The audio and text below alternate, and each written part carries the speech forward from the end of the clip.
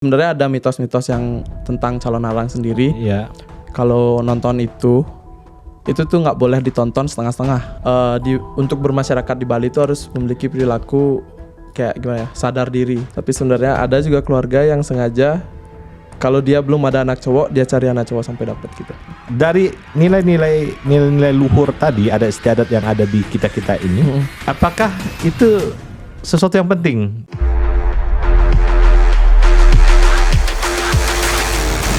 Halo sahabat OMB, obrolan Meja Bundar.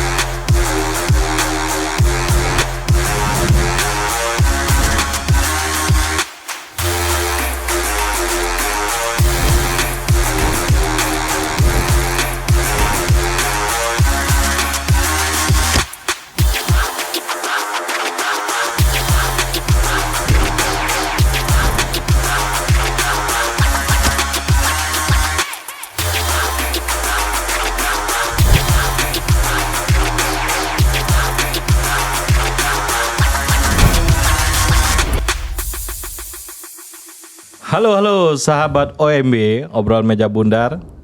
Kita kedatangan Gede Made Bagus Agastya, ya. Dia aktif di Student Center, aktif di UKM Bali, dan saya kira ini menarik ya. Seni, agama, budaya gitu ya. Dan juga ya pergaulan lah, karena ini ya masih muda. Masih muda. Nah, ini apa nih? UKM Bali ini apa aja nih, Gas? Dia apa nih hal-hal yang menarik nih? Ya, kalau dari aku sejauh ini UKM Bali itu banyak dia lebih ke kesenian dari Bali mereka. Gitu. Ya.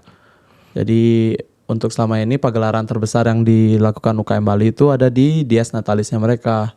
Ya. Jadi di Dias Natalis UKM Bali itu menampilkan tari kecak. Terus kalau untuk yang kemarin itu ada calon arang seperti itu. Calon arang. Ya, calon arang itu sebenarnya kegiatan sakral yang dilakukan di Bali sih sebenarnya. Oke, kita coba buka sesuatu ya. Ya, boleh. Apa kecak tadi? Ya, tari kecak. Apa nih filosofinya apa? Apa nilai-nilainya apa di situ? Kalau tari kecak sendiri, kalau dari saya sendiri ya, saya kurang paham sih tari kecak, tapi itu tuh kamu harus paham dong. Nah, yang setahu kamu apa? Setahu saya itu tari kecak tuh dilakuin dengan banyak orang. Ya, untuk jumlah penarinya sendiri tuh nggak ada batasan gitu loh, Pak. Jadi yang selama mereka bisa saling sinkron satu sama lain itu pasti bahkan menampilkan sesuatu yang luar biasa. Itu tuh bisa ditonton di Pura Luhur Uluwatu di Bali kayak gitu. Itu dia apa, memanggil dewa atau apa? Sebenarnya kalau setahu saya tuh enggak sih ya Pak ya. Enggak untuk memanggil dewa atau apa, itu seperti sarana untuk menyuarakan kegiatan-kegiatan anak Bali gitu. Anak Bali ya. Lebih ke kegiatan itu ya. Yang satu lagi yang budaya. Apa? Yang tadi tuh calon arang. Coba cerita. Nah, calon arang sendiri itu di Bali itu dia tuh seperti sebuah kegiatan sakral, upacara sakral yang di Bali itu untuk, kurang tahu sih untuk apa ya Pak ya, tapi itu menggunakan mayat.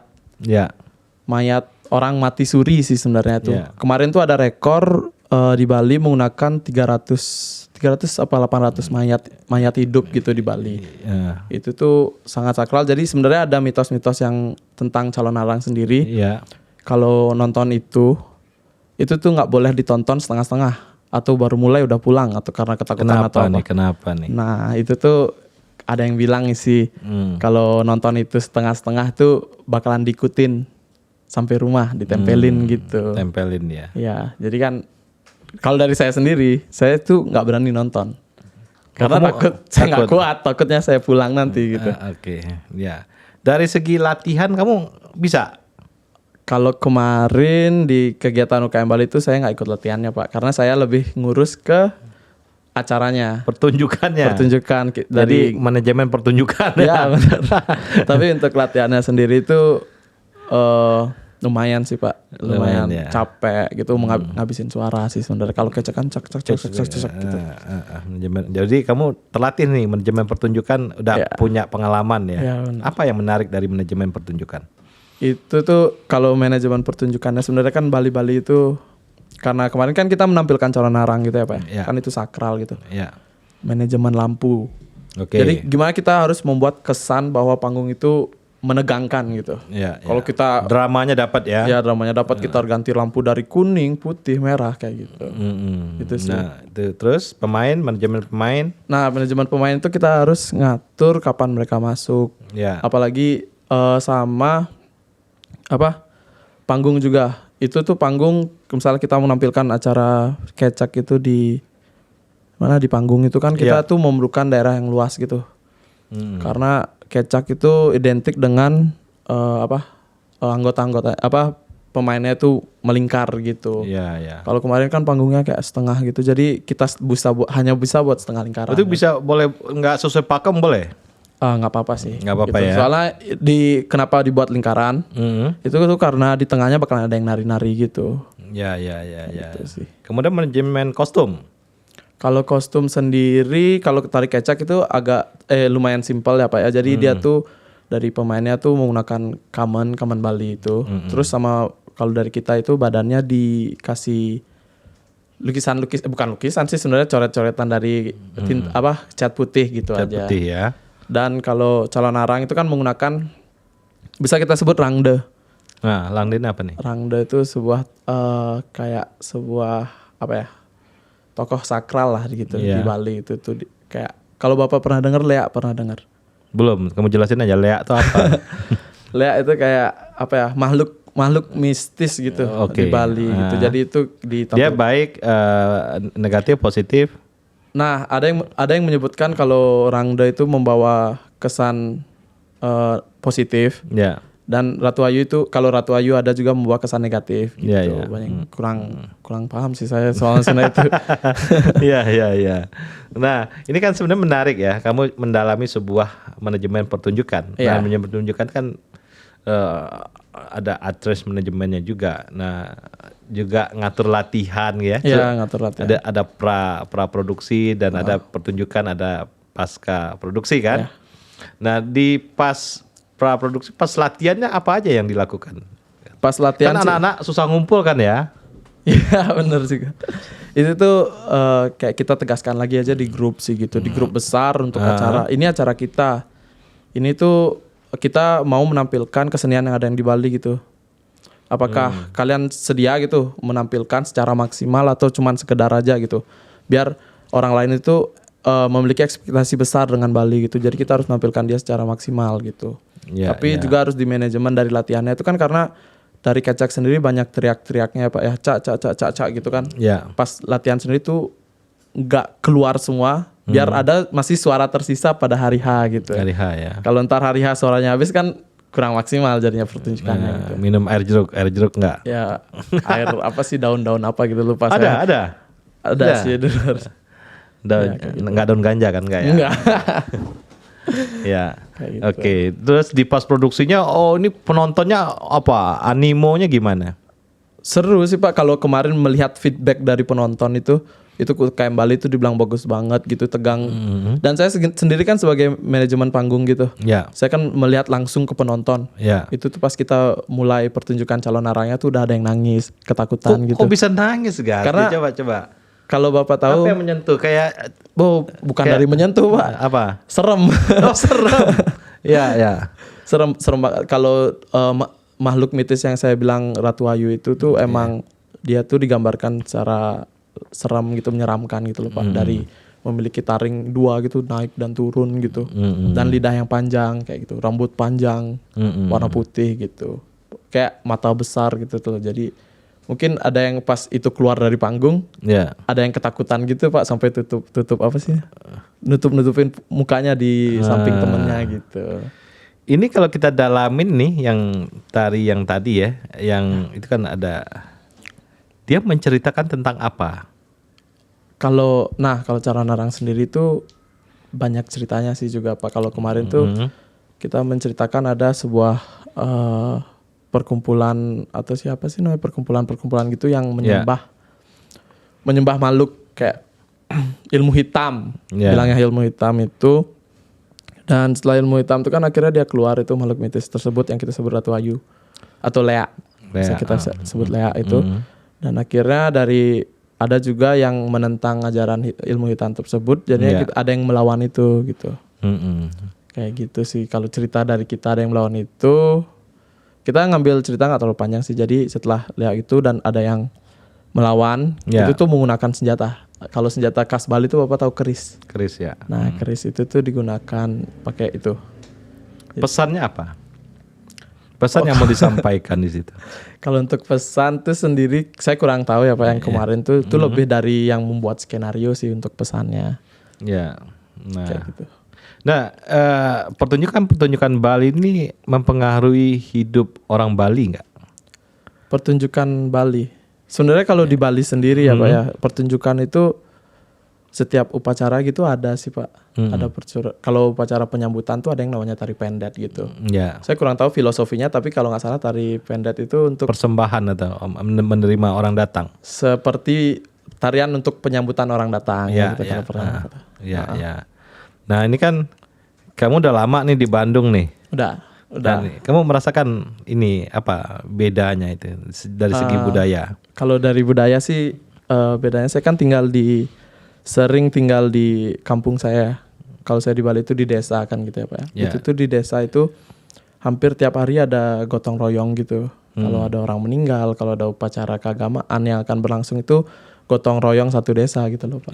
Kalau di sini kan udah mulai enggak ya. Hari-harinya tuh kayak udah gini-gini aja, ngampus pulang gitu kan. Ngampus pulang ya. Main gitu, ngopi gitu. Kalau di Bali tuh ada misalnya nih di Bali teman ngajak ngopi, nggak bisa lo gitu kan. Kalau saya ngomong nggak bisa no gitu, aku ada kegiatan masyarakat gitu. Pasti ada aja itu kegiatan masyarakat itu. Ya, saya pernah ngeliat yang pas nyepi ya. Itu luar biasa gotong royongnya. Ogoh-ogoh itu. Ogoh-ogoh yang di apa? Ya, ogoh-ogoh yang ditampilkan di Nusa Dua ya.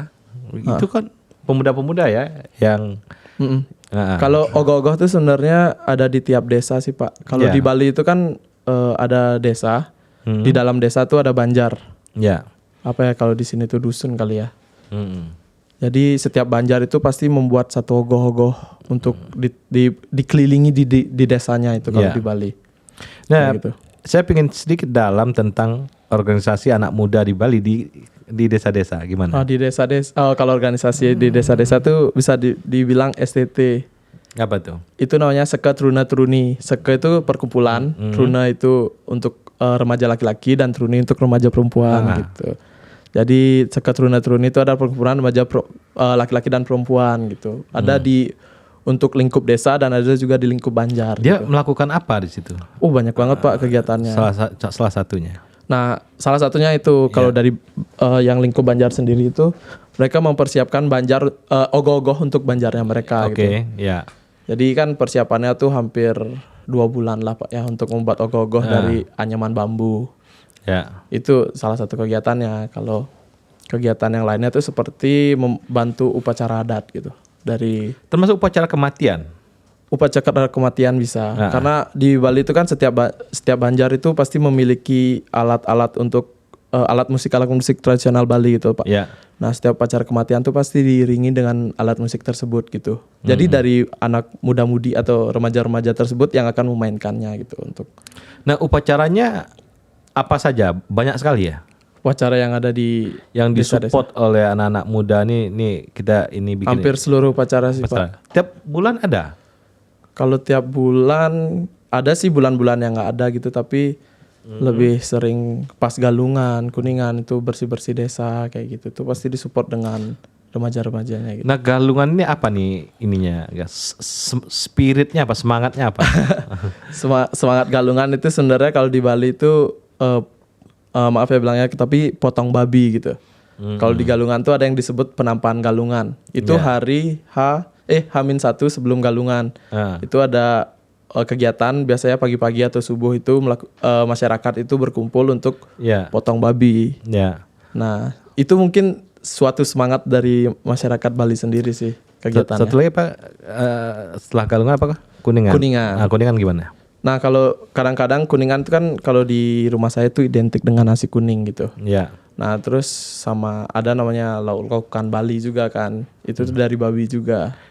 Itu tuh kadang-kadang di Kuningan juga hari H-1-nya itu ada namanya penampahan Kuningan gitu. Ya. Cuman ada juga yang keluarga yang bisa memakai daging yang dari minggu lalu yang telah dipakai di penampahan Galungan gitu. Kalau kita lihat untuk acara-acara itu kan banyak di Bali ya. Ya. Itu dia mempengaruhi ini enggak perilaku sehari-hari?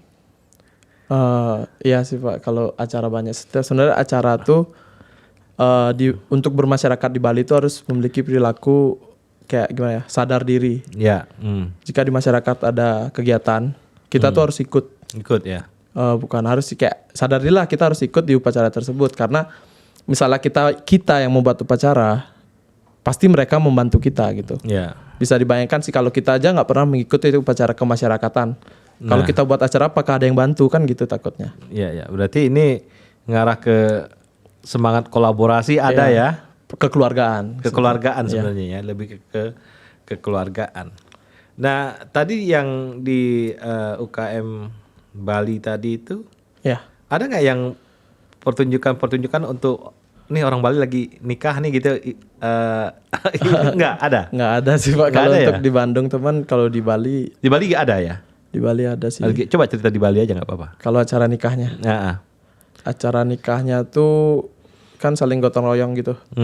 Kalau di Bali keseringan kalau di desa-desa biasa itu setiap ada acara nikah itu pastinya kan ada tamu undangan ya Pak ya. Iya. Nah dari tamu undangan itu kan pastinya kita menyuguhkan makanan untuk tamu undangan gitu. Nah jadi yang untuk yang memasak. Ini di Banjar-Banjar nih ya. Di Banjar-Banjar. Kadang-kadang jadi untuk yang memasak suguhan makanan itu kita bukan memesan catering atau apa, tapi dari masyarakat di sana yang masak. Satu Banjar itu membantu keluarga yang sedang ada nikahan tersebut untuk menyuguhkan makanan gitu. Terus kalau untuk dari laki-lakinya kan di setiap upacara Bali itu kan banyak menggunakan apa sih seperti kayak anyaman bambu gitu. Banyak anyaman bambu-bambu kayak ganur ya. Iya.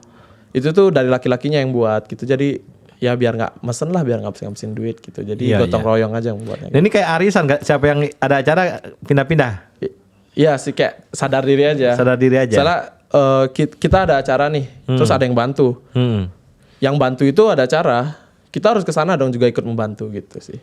Sadar diri ya. Sadar diri. Tapi dia pas di kota udah enggak gitu. Di tempat saja udah enggak. Kalau saya sendiri ya Pak ya, kalau saya sendiri kan sebenarnya orang tua itu dari desa, tapi ngerantau ke kota di Bali di Denpasar itu untuk bekerja kan.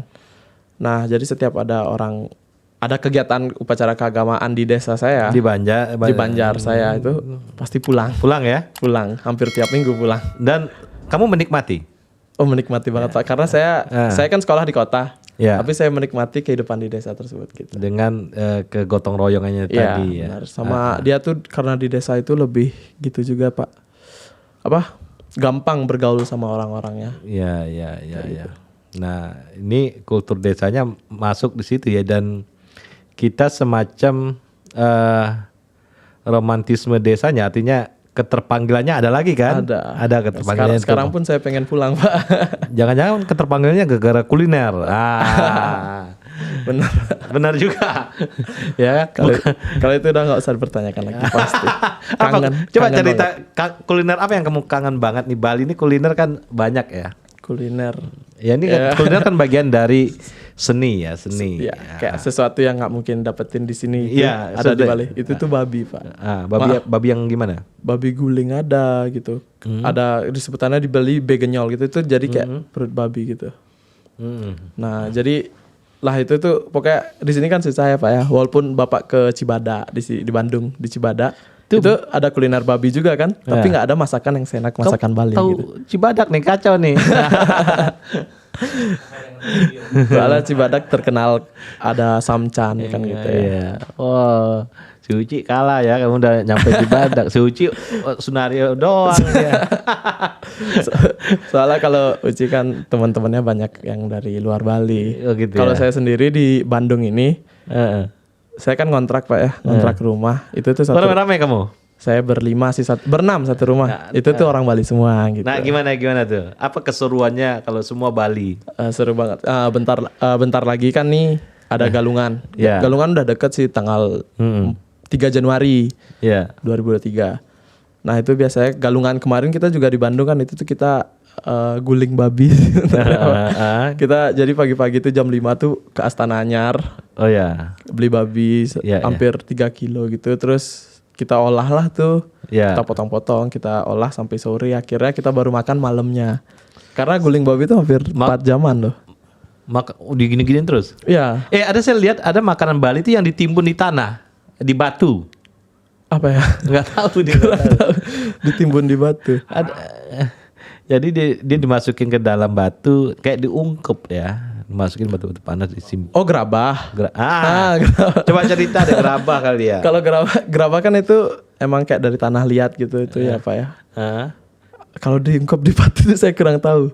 Mungkin itu kayak dia menahan panasnya makanannya ditaruh di situ. Oke, selain yang tadi apalagi nih makanan Bali yang kamu rindukan waktu di Banjar itu? Ayam betutu, sate lilit. Ayam betutu dulu kita bahas, ayam betutu. Apa spesialnya ayam betutu? Spesialnya sih sebenarnya bumbunya tuh melimpah ya Pak ya. Bumbunya di atas tuh kayak potongan daun bawang. Potongan bawang itu tuh melimpah banget di atasnya. Dan juga bumbunya meresap gitu. Kalau di sini kan saya makan tuh ayam goreng biasa.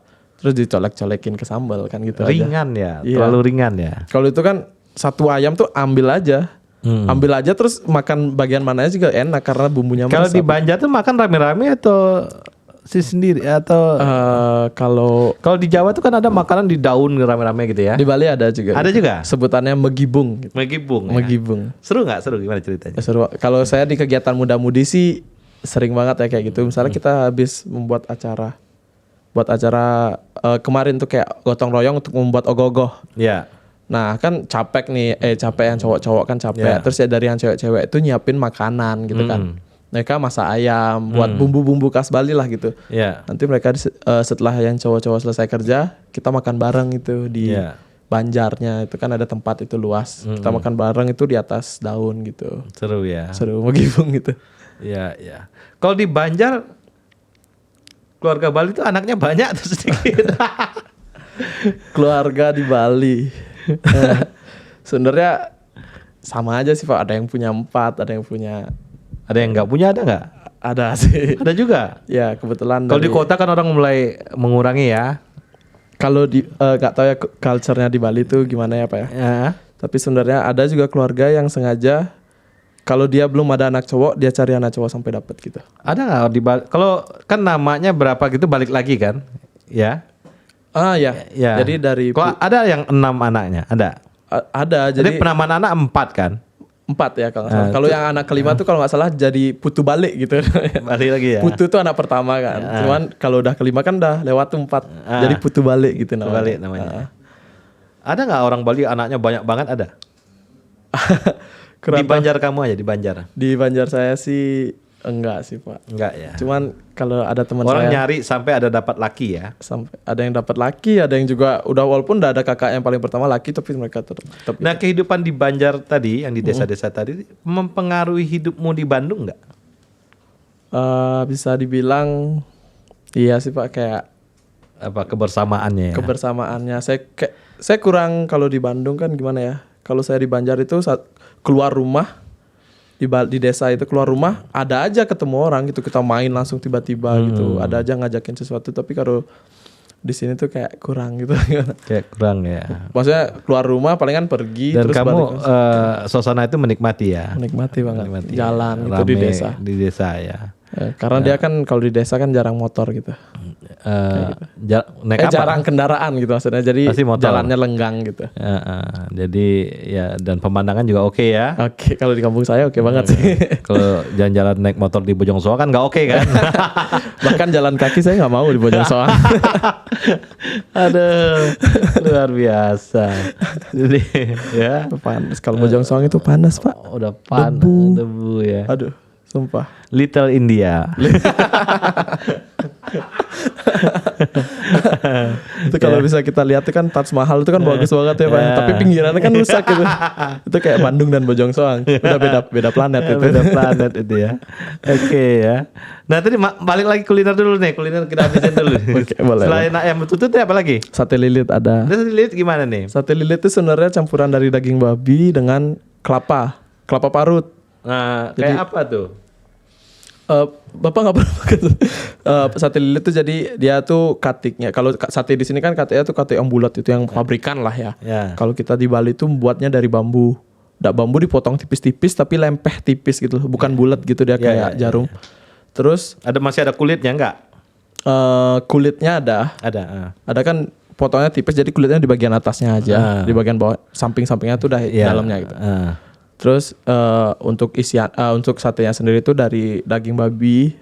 Mungkin diisiin bumbu-bumbu Bali, terus diisiin parutan kelapa. Parutan kelapa. Nah, itu tuh ntar di bejek-bejek apa sih namanya? Kayak urap ya? Ya. Diaduk gitu sampai bercampur rata gitu. Baru ntar cara bikinnya itu dikepel-kepel. Sebenarnya nggak dikepel-kepel juga sih, ada tekniknya sendiri untuk kayak seperti melilit tekniknya. Cuman dia mungkin kalau orang awam melihatnya tuh kayak dikepel-kepel gitu jadinya. Nah, terus itu kita dibakar gitu aja. Di sate gitu aja. Dibakar kan? Pakai arang? Pakai arang ya, kayak gitu. Itu tuh Galungan Kuningan pasti banyak yang buat. Pasti banyak yang ya. Apa rasanya? Pedas, asin atau apa rasanya? Nah, itu tergantung selera keluarga sendiri sih, Pak. Kalau di keluarga saya kan suka pedas, jadi pedas. Bali pedas ya? Bali dominan pedas. Ya. Tapi ada yang buat juga manis gitu. Ya. Beda-beda lah. Ya. Di Bandung nggak ada ya restoran Bali ya? Ada namanya restoran Bali tapi isinya Nusantara ya. Ada, sebenarnya saya pernah, kalau nasi jinggo, Bapak tahu nasi jinggo? Nasi jinggo nggak? Kalau nasi jinggo kalau nggak salah khas Bali juga ya kata-katanya itu, nasi jinggo gitu. Jinggo tuh yang dibungkus-bungkus bukan? Ya, yang dibungkus dengan daun pisang gitu. Saya pernah pernah makan di Kute yang mboknya yang bawa itu bukan? Ya, ada juga sih. Sebenarnya banyak banget nasi jinggo di Bali pinggir jalan. Apa isinya? Itu sebenarnya isi nasi, isi ayam, isi mie, isi kacang sama isi sambal gitu doang. Kayak inilah ya di Jogja tuh nasi kucing ya, nasi kucing. Kayak nasi kucing ya. Ya, cuman itu enak banget sih. Itu malam-malam saya suka beli di Bali. Ya kalau satu kan nggak kenyang. Dua. Ya. Bener, dua karena itu kecil banget kalau satu. Dulu tuh di sederet Tengku Umar kali ya. Tengku Umar ada. Tengku Umar tuh saya pinggir jalan. Biasanya dia buat stand gitu dari meja, payung aja dikit gitu. Kayak gitu. Iya, saya pernah nyoba. Karena gampang sih buatnya Pak juga. Ya, luar biasa ya kuliner ya. Iya, kuliner. Nah, Bali itu dulu ada jeruk Bali udah mati ya. Apa di Banjar-Banjarnya masih ada? Kalau saya sendiri di kampung saya punya pohonnya. Jeruk Bali. Jeruk Bali. Jadi itu kalau saya suka cara makannya itu kayak dikupasin. Kan bulir-bulirnya itu kita cari bulir-bulirnya aja. Terus kita kasih garam, terasi, sama cabai. Itu diaduk-aduk terus. Gak rujak dong? Iya, jadi rujak. Soalnya kalau dia dimakan mentah nggak terasa apa sih kalau saya manis. Manis juga lebih manisan jeruk biasa. Iya. Gitu. Dan juga ada salak Bali ya. Salak Bali, salak gula pasir gitu. Kopi Bali ada ya? Kopi Kintamani. Kintamani, ya. Kopi Kintamani. Apa bedanya ya? Saudara nggak terlalu pecinta kopi sih. Pecintanya. Cuman kopi Bali itu pecintanya ini ya, air Belanda ya. Apa itu? Tapi kalau kopi Kintamani sendiri itu lebih strong rasanya, asamnya tuh terasa kayak asamnya gitu. Terasa ya. Asamnya terasa. Kalau nggak pakai gula ya Pak ya. Kalau pakai gula kan udah kecampur tuh, jadi nggak tahu rasa aslinya gimana kayak gitu. Nah, ini kan sebenarnya kebudayaan itu dari makan, tari, ibadah itu dia membentuk sebuah budaya, namanya budaya ya. Tadi budaya Bali. Dan budaya itu selalu mempengaruhi perilaku dan sebuah nilai-nilai untuk kebaikan orang per orang gitu ya. Nilai kebaikan tadi Banjar ya, komunitas gitu ya. Komunitas bermasyarakat. Masyarakat. Itu ngikat banget nggak di Bali? Terjadi betul ya? Kalau di desa-desa masih ya. Ikatannya itu masih keras gitu. Kuat gitu. Kuat Kalau ya. Cuman kalau di kota gitu udah mulai modernitas masuk. Modernitas kayak kan kalau di kota tuh banyak pegawai ya Pak. Iya. Jadi untuk Sebenarnya kalau di kota itu ada juga banjar di setiap daerahnya tuh. Walaupun itu perumahan seorang pegawai gitu. Iya, iya. Kayak mungkin kegiatannya mereka gotong royong aja gitu. Gotong royong ya. Cuman kalau ada nikahan tuh sendiri-sendiri sih Pak. Kalau di kota, saya kan juga hidup di kota dan hidup di desa gitu. Iya, kamu bisa merasakan hal Bisa yang berbeda merasakan. ya. Saya lebih aktif di desa ketimbang di Oke. kota. Kehidupan muda-mudi. Gimana kehidupan muda-mudi? Mudah-mudi di Bali apa Banjar di sini? nih. Kalau di kota udah tadi. Kalau di Bali sih gimana ya Pak ya? Sebenarnya kita tuh kepingin aktif di setiap acara di Bali. Bali ya. Kayak misalnya kita ada odalan, Odalan, ya. hari raya kayak gitu. Itu kan pasti kita ada menampilkan musik Bali gitu, menggunakan gamelan Bali gitu. Gamelan Bali ya. Kita tuh setiap malam pasti selalu latihan. Latihan, kamu bisa? Walaupun tidak, kalau dari saya bisa pakai megang alat yang paling gampang. Itu ceng-ceng namanya, tinggal gini-gini. Tapi ada nadanya sih. Ada nadanya. Soalnya ya? setiap alatnya tuh memiliki nada yang berbeda, nggak ada yang sama gitu. Nah. Itu tuh walaupun nggak ada tim penilai nih Pak, pas Ya. kita tampilkan itu nggak ada yang nilai, nggak ada yang apa. Tapi kita tuh kepengen nampilin yang terbaik sih gitu. Iya. Ini luar biasa ya untuk di Banjar-Banjarnya ya. Nah, pernikahan Bali ini nggak boleh satu apa? Nggak boleh satu. Tadi yang itu yang level tadi ya. Tapi kita nggak bahas lah, nggak usah dibahas. Oke, ya. Ya muda-mudi kan ada nanti pernikahan itu. Iya. Nah itu gimana dari bilang ke orang tua apa segala macam. Kalau sebenarnya konsep pernikahan di Bali itu biasanya kan yang cewek ngikut yang cowok. Nah gimana? Yang cewek ngikut yang cowok itu, jadi sebelum hari pernikahan itu yang cowok tuh harus minta ke rumah yang cewek. Gitu. Minta ke rumah yang cewek? Ya minta ke rumah yang cewek bersama keluarganya. Setelah diminta, baru yang cewek dibawa ke rumah. Pernah ditolak nggak itu? pasti persetujuan dulu, baru ada Ini acaranya. dulu ya. Kalau ini buat acara dulu baru nanya kan biaya. biaya Biaya atau besar bawa itu. pistol kalau ditolak gitu dong. Enggak. Dicek dulu ya. Ada informal dulu ya. Informal Iya, dulu. informal dulu. Ini oke nggak sih gitu ya. Soalnya kalau formal kan banyak Ya. pakai Banten gitu juga apalah banyak persembahannya. Pas formal ditolak kan nggak lucu ya. Soalnya kalau yang cewek udah diminta itu kan dia meninggalkan keluarganya, dia meninggalkan leluhurnya dan masuk ke keluarga yang cowok gitu. Oke, masuk keluarga yang cowok. Terus kalau belum punya rumah tinggal di mana nih? Biasanya kan yang cowok tuh ada di rumah keluarga. Itu Itu kan udah warisan dari dulu ke dulu itu sampai tinggal sekarang. gitu. Tapi ada juga sih yang kasus yang cewek yang ngambilan cowok gitu. Gimana ini seru. Itu sama aja sih, cuman ada sebutannya untuk laki-laki yang pindah ke keluarga yang cewek itu sentane namanya, nyentane gitu. Boleh itu. Itu boleh. Yang selama keluarganya keluarganya tuh setuju. Setuju ya. Sama keluarganya setuju. Biasanya tuh keluarga yang setuju, yang mudah setuju itu yang di keluarganya tuh ada laki-laki 2 gitu. Anak laki-laki 2 atau 3 gitu. Iya. Rumah penuh ya. Soalnya kan ya karena pemikiran itulah, jadi yang cewek tuh harus yang cewek harus ngikut yang cowok. Jadi kalau satu keluarga itu cewek semua kan anaknya, nanti nggak ada yang meneruskan keluarga itu kalau yang cewek semua pergi kan Pak. Pasti harus satu orang yang nyari sentana gitu ya. Nah itu hal yang menarik juga, bagian dari budaya pernikahan ya. Iya. Terus budaya dan menikah nanti punya anak gitu ya. Punya anak. Nah urusan ini sama eyang itu gimana ininya? Ada nggak cucu nih kangen eyangnya gitu gimana? Ke eyang dari ibunya atau gimana gitu? Ya dua-duanya boleh. Sebenarnya nggak masalah sih, cuman dia terikat maksudnya dia terikat masuk dalam silsilah keluarga yang cowok gitu. Yang cowok ya. Nggak masuk ke dalam patrilineal ya. nggak masuk ke dalam silsilah keluarga yang cewek. Nah. Jadi kalau di keluarga Hindu sendiri itu kan ada namanya sanggah gitu di Bali. Ya. Itu tuh untuk memuja leluhur kita. Ya. Gitu. Jadi kalau udah kayak tadi, kalau yang cewek udah nikah, berarti dia udah meninggalkan itu. Jadi dia nggak perlu lagi untuk berdoa di sana gitu. Tapi dia harus berdoa di tempat yang cowok gitu. Oke. Ada juga nggak yang dia bangun rumah sendiri untuk itu? Dia kayak keluarga Udah kamu yang di kota. Pindah ke Denpasar kan? Kota, karena sebenarnya urusan pekerjaan kan.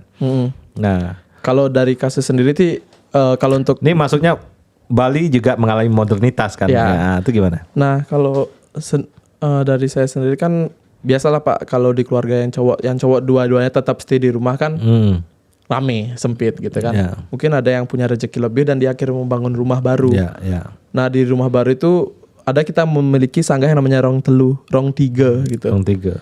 Nah itu tuh tempat memuja leluhur gitu, leluhur kita lah, keluarga kita terdahulu. Dia akhirnya setelah membangun rumah, dia membangun juga rong telu di rumah barunya itu, agar dia tetap bisa memuja keluarganya gitu.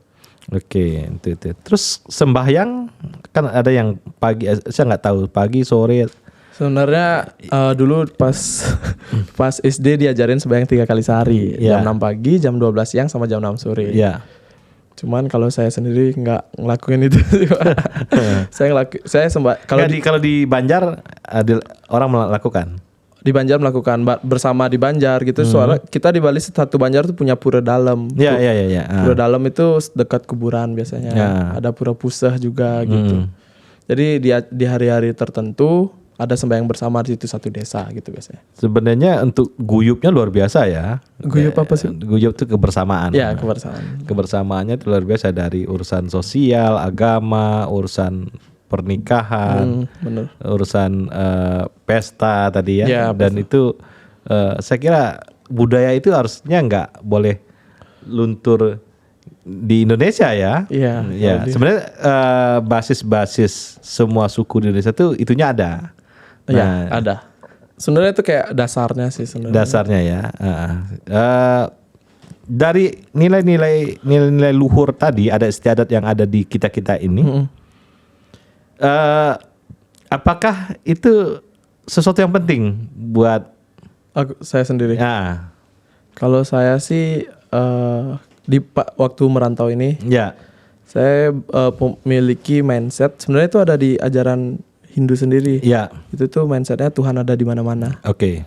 Saya lupa sih sebutannya apa dalam bahasa Sanskerta ya. Ceritain aja lah. Jadi saya waktu ngontrak rumah ini di Bali itu kan ada namanya pelangkiran gitu. Iya. Itu tuh untuk tempat ya sebagai wadah kita untuk menyalurkan diri kita ke Tuhan gitu. Iya. Jadi saya pas ngontrak rumah di Bandung, saya isiin itu di rumah saya sendiri gitu. Oh iya, sama yang teman-teman tadi. Kebetulan teman-teman dari Bali juga kita beli itu, kita sembahyangin. Ada rentetan pacarannya sih, sebenarnya simpel aja sih. Iya. Cuman kita kalau di Bali kita sebelum berangkat kemana-mana itu kan pasti sembahyang di sanggah kita. Iya.